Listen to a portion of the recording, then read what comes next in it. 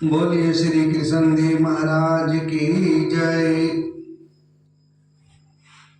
पहले स्कंद का तीसरा अध्याय भक्ति के कष्ट की निवृत्ति। नारद जी कहते हैं, अब मैं भक्ति ज्ञान और विराग को स्थापित करने के लिए प्रयत्न पूर्वक सुखदेव जी के कहे हुए भागवत शास्त्र की कथा द्वारा उज्जवल ज्ञान यज्ञ करूंगा। यह यज्ञ मुझे कहाँ करना चाहिए, आप इसके लिए कोई स्थान बता दीजिए। आप लोग वेद के पारगामी हैं, इसलिए मुझे इस शुभ शास्त्र की महिमा सुनाइए। यह भी बताइए कि श्रीमद् भागवत की कथा कितने दिनों में सुनानी चाहिए और उसके सुनने की विधि क्या है। सनकादिक बोले, नारद जी आप बड़े विनीत और विवेकी हैं, सुनिए हम आपको जैसा बातें बताते हैं। हरिद्वार के पास आनंद नाम का एक घाट है, वहाँ अनेकों ऋषि मुनि रहते हैं तथा देवता और सिद्ध लोग भी उसका सेवन करते रहते हैं। भांति भांति के वृक्ष और लताओं के कारण वह बड़ा संगन है और वहाँ बड़ी कोमल नवीन वालू बिछी हुई है। वह घाट बड़ा ही सुरमई और एकांत प्रदेश में है। वहाँ हर समय सुनहले कमलों की सुगंध आया करती है। उसके आस पास रहने वाले सिंह, हाथी आदि परस्पर विरोधी जीवों के चित्त में भी बैर भाव नहीं है।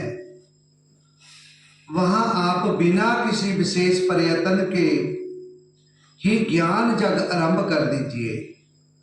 उस स्थान पर कथा में अपूर्व रस का उदय होगा। भक्ति भी अपनी आंखों के ही सामने निर्मल और जरा जीवन अवस्था में पड़े हुए ज्ञान और वैराग को साथ लेकर वहां आ जाएगी। क्योंकि जहां भी श्रीमद् भागवत की कथा होती है, वहां जे भक्ति आदि अपने आप पहुंच जाते हैं। वहां कानों में कथा के शब्द पढ़ने से जे तीनों तरण हो जाएंगे। सूत जी कहते हैं, इस प्रकार कहकर नारद जी के साथ सनकादिक पीर श्रीमद् भागवत कथा अमृत का पान करने के लिए वहां से तुरंत गंगा तट पर चले गए।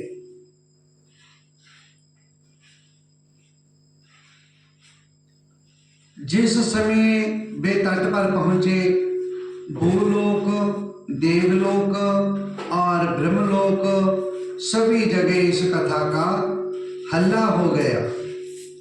जो जो भागवत कथा के रसिक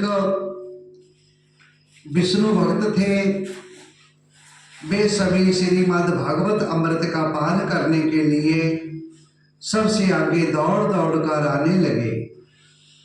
बिरगु, वशिष्ठ, च्यवन, गौतम, मेधातिथ, देवल, देवराज, परशुराम, विश्वामित्र, शाकल, मार्कंडे, दत्तात्रेय, पिप्लाद, जोगेश्वर, व्यास और पाराशर, सायासुक, जाजली और जान आदि सभी प्रधान मुनिगण अपने अपने पुत्र, शिष्य और स्त्रियों समेत बड़े प्रेम से वहां आए। इनके सिवा वेद, वेदांत, मंत्र, तंत्र, सत्र, प्राण और और छहों शस्त्र भी मूर्तिमान होकर वहां उपस्थित हुए। गंगा आदि नदियां, पुष्कर आदि सरोवर, कुरुक्षेत्र आदि समस्त क्षेत्र, सारी दिशाएं, दंडिक आदि वन, हिमालय आदि पर्वत तथा देव, गंधर्व और दानव आदि सभी कथा सुनने चले आए। जो लोग अपने गौरव के कारण नहीं आए, महर्षि भृगु उन्हें समझा बुझा कर ले आए। तब कथा सुनाने के लिए दीक्षित होकर श्री कृष्ण प्रायण सनकादिक नारद जी के दिए हुए श्रेष्ठ आसन पर विराजमान हुए। उस समय सभी श्रोताओं ने उनकी वंदना की। श्रोताओं में वैष्णव, भृगत, सन्यासी, ब्रह्मचारी लोग आगे बैठे और उन सब के आगे नारद जी विराजमान हुए।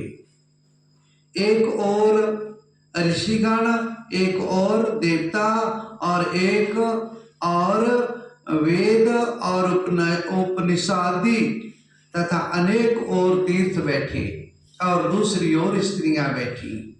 उस समय सब और जय जयकार, नमस्कार और शंखों का शब्द होने लगा और अबीर, गुलाल, खेल एवं फूलों की खूब वर्षा होने लगी। कोई कोई देव श्रेष्ठ तो विमानों पर चढ़कर वहां बैठे हुए सब लोगों पर कल्प वृक्ष के पुष्पों की वर्षा करने लगे। सूत जी कहते हैं, इस प्रकार पूजा समाप्त होने पर जब सब लोग एकाग्रचित हो गए, तब सनकादिक ऋषि महात्मा नारद को श्रीमद् भागवत कथा का महात्म स्पष्ट करके सुनाने लगे।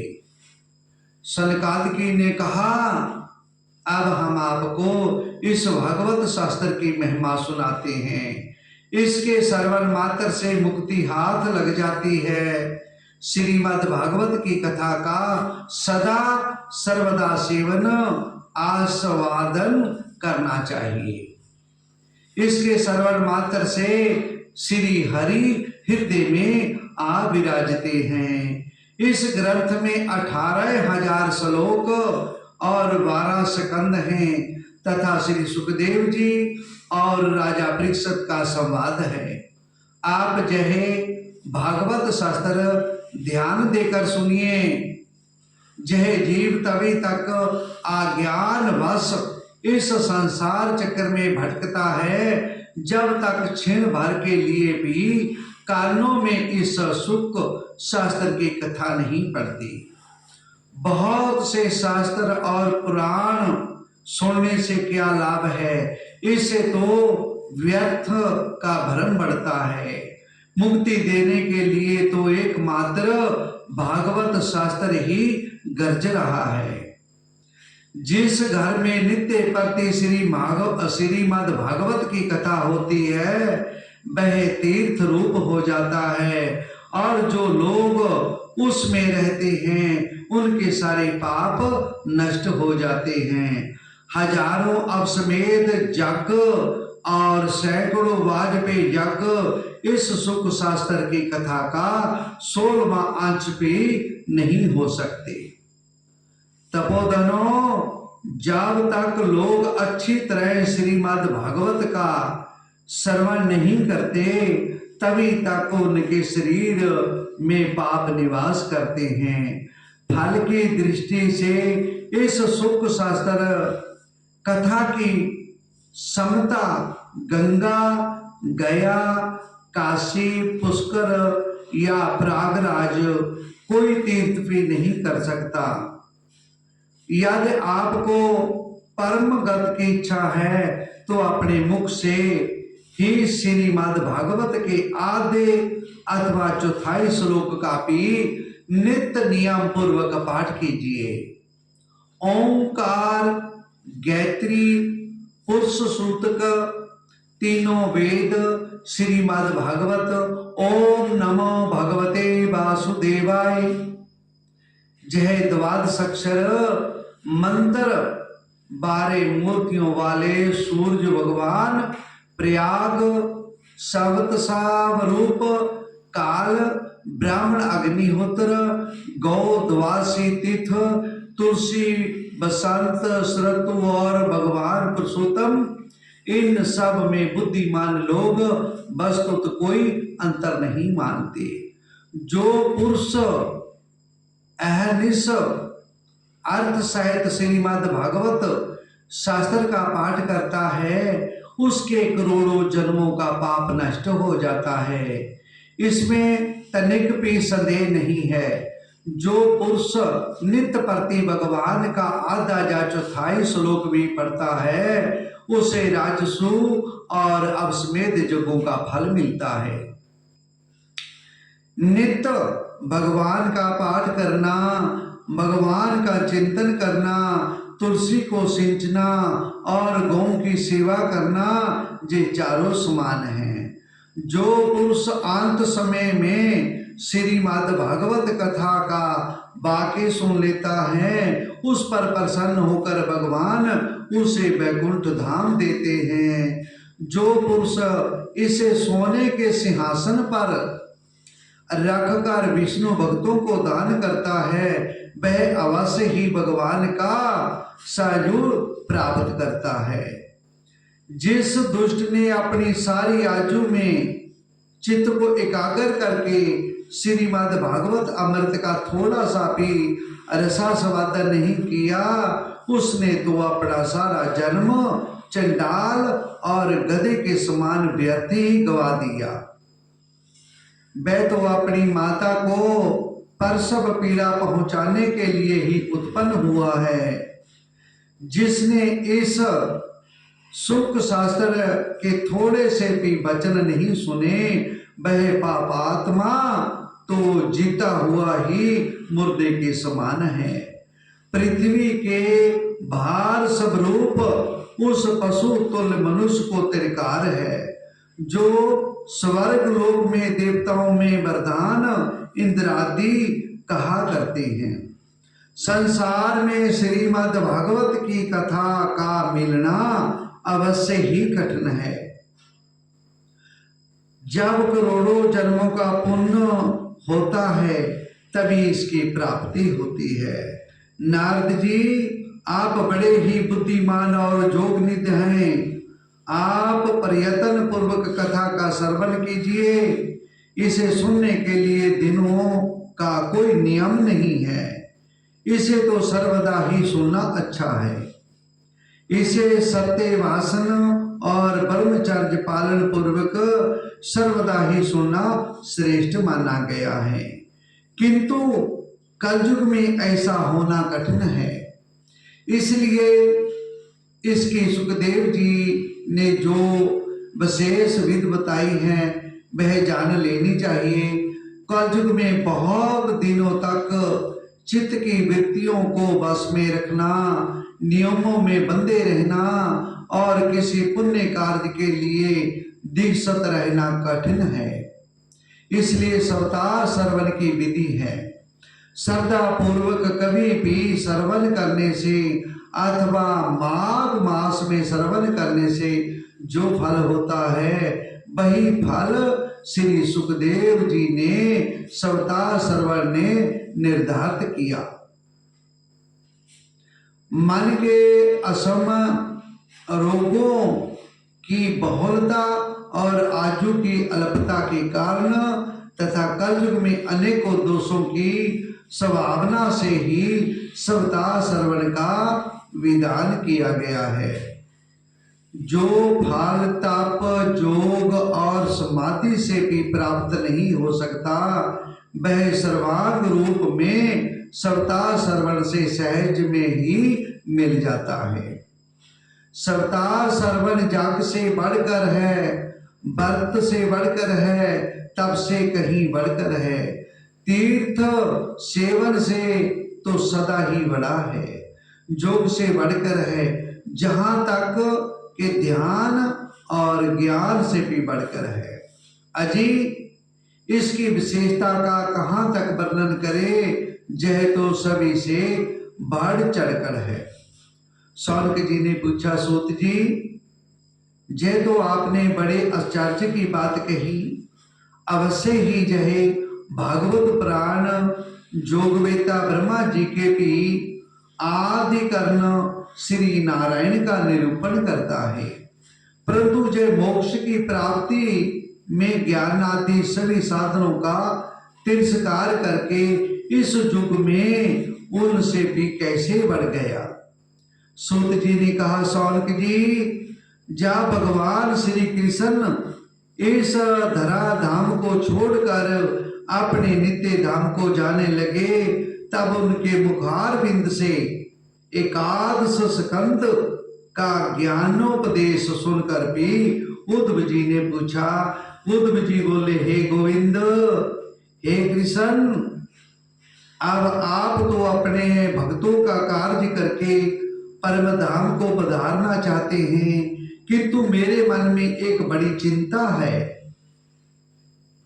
उसे सुनकर आप मुझे शांत कीजिए। अब घोर कली काल आया ही समझिए, इसलिए संसार में फिर अनेकों दुष्ट प्रकट हो जाएंगे। उनके संसर्ग से जब अनेकों सत्पुरुष भी उग्र प्रकृति के हो जाएंगे, तब उनके भार से दबकर जय गोरूपणी पृथ्वी किसकी शरण में जाएगी। कमल नयन, मुझे तो आपको छोड़कर इसकी रक्षा करने वाला कोई दूसरा नहीं दिखाई देता, इसलिए भक्त वत्सल आप साधुओं पर कृपा करके जहां से मत जाइए। भगवान आपने निराकार और चिमांतर होकर भी भक्तों के लिए ही तो जय सगुण रूप धारण किया है, फिर भला आपका वियोग होने पर वे भक्त जन पृथ्वी पर कैसे रह सकेंगे। निर्गुणोपासना में तो बड़ा कष्ट है, इसलिए कुछ और विचार कीजिए। बरवास क्षेत्र में उद्धव जी के ये वचन सुनकर भगवान सोचने लगे कि भक्तों के अलंब के लिए मुझे क्या व्यवस्था करनी चाहिए। शौनक जी, तब भगवान ने अपनी सारी शक्ति भागवत में रख दी।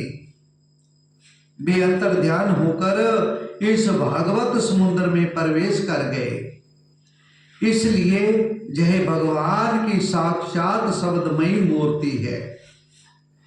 इसके सेवन, श्रवण, पाठ अथवा दर्शन से ही मनुष्य के सारे पाप नष्ट हो जाते हैं।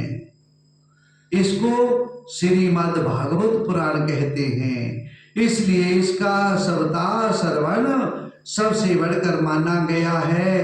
और कल युग में तो अन्य सब साधनों को छोड़कर यही वरदान धर्म बताया गया है। कली काल में यही ऐसा धर्म है जो दुख, दरिद्रता, दुर्भाग्य और पापों की सफाई कर देता है तथा काम, क्रोध, शत्रुओं पर विजय दिलाता है। अन्यथा भगवान की इस माया से पीछा छुड़ाना देवताओं के लिए भी कठिन है, मनुष्य तो इसे छोड़ ही कैसे सकते हैं। अतः इसे छूटने के लिए श्री सवता श्रवण का विधान किया गया है। सूत जी कहते हैं, शौनक जी, जिस समय सनकादिक मुनीश्वर इस प्रकार सवता श्रवण की महिमा का बखान कर रहे थे, उस सभा में एक बड़ा आश्चर्य हुआ। उसे मैं तुम्हें बतलाता हूं, सुनो। वहां तरुणावस्था को प्राप्त हुए अपने दोनों पुत्रों को साथ लिए विशुद्ध प्रेम रूपा भक्ति बारंबार श्री कृष्ण गोविंद हरे मुरारी, हे नाथ नारायण, हे वासुदेवाय आद भगवान उच्चारण करती हुई अकस्मात प्रकट हो गई। सभी सदस्यों ने देखा कि परम सुंदरी भक्ति रानी भागवत के अर्थों का आभूषण पहने वहां पधारी। मुनियों की उस सभा में सभी जहे तर्क वितर्क करने लगे कि जे कहां जहां कैसे आई, कैसे प्रविष्ट हुई। तब सनकादिक ने कहा, जे भक्ति देवी अभी अभी कथा के अर्थ से निकली है। उनके जे वचन सुनकर भक्ति ने अपने पुत्रों समेत अत्यंत विनम्रमयी होकर संत कुमार जी से कहा। भक्ति बोली, मैं कलयुग में नष्ट प्राय हो गई थी। आपने कथा अमृत से सींच कर मुझे फिर पुष्ट कर दिया। अब आप यह बताइए कि मैं कहाँ रहूं। जय सुनकर सनकादिक ने उनसे कहा, तुम भक्तों को भगवान का स्वरूप वरदान करने वाली, अन्न प्रेम का संपादन करने वाली और संसार रोग को निर्मल करने वाली हो। अति तुम धैर्य धारण करके नित्य निरंतर विष्णु भक्तों के हृदय में ही निवास करो। जे कलयुग के दोष भले ही सारे संसार पर अपना प्रभाव डाले, किंतु वहां तुम पर इनकी दृष्टि भी नहीं पड़ सकेगी। इस प्रकार उनकी आज्ञा पाते ही भक्ति तुरंत भगवत भक्तों के हृदय में जा विराजी। जिनके हृदय में एकमात्र श्री हरि की भक्ति निवास करती है, वे त्रिलोकी में अत्यंत निर्धन होने पर भी परम धनी हैं, क्योंकि इस भक्ति की डोरी से बांध कर तो साक्षात भगवान भी अपना परम धाम छोड़कर उनके हृदय में आकर बस जाते हैं। भूलोक में जय भगवान भागवत साक्षात पार ब्रह्म का विग्रह है। हम इसकी महिमा कहाँ तक वर्णन करें। इसका आश्रय लेकर इसे सुनाने से तो सुनने और सुनाने वाले दोनों को ही भगवान श्री कृष्ण की ममता प्राप्त हो जाती है। अति इसे छोड़कर अन्य धर्मों से कथा का प्रयोजन है। हम श्रीमद् भागवत की कथा का प्रारंभ किया है। आज तीसरा दिन है और हमारी तरफ से जो भी इस कथा को सुनते हैं, हम उनसे विनती करते हैं, अच्छे कर्म करो और भगवान के प्रति प्रीत रखो, सच बोलो, हमेशा श्रीमद् भागवत हरि कथा कीर्तन सुना करो। बोलिए श्री राधा कृष्ण भगवान की जय।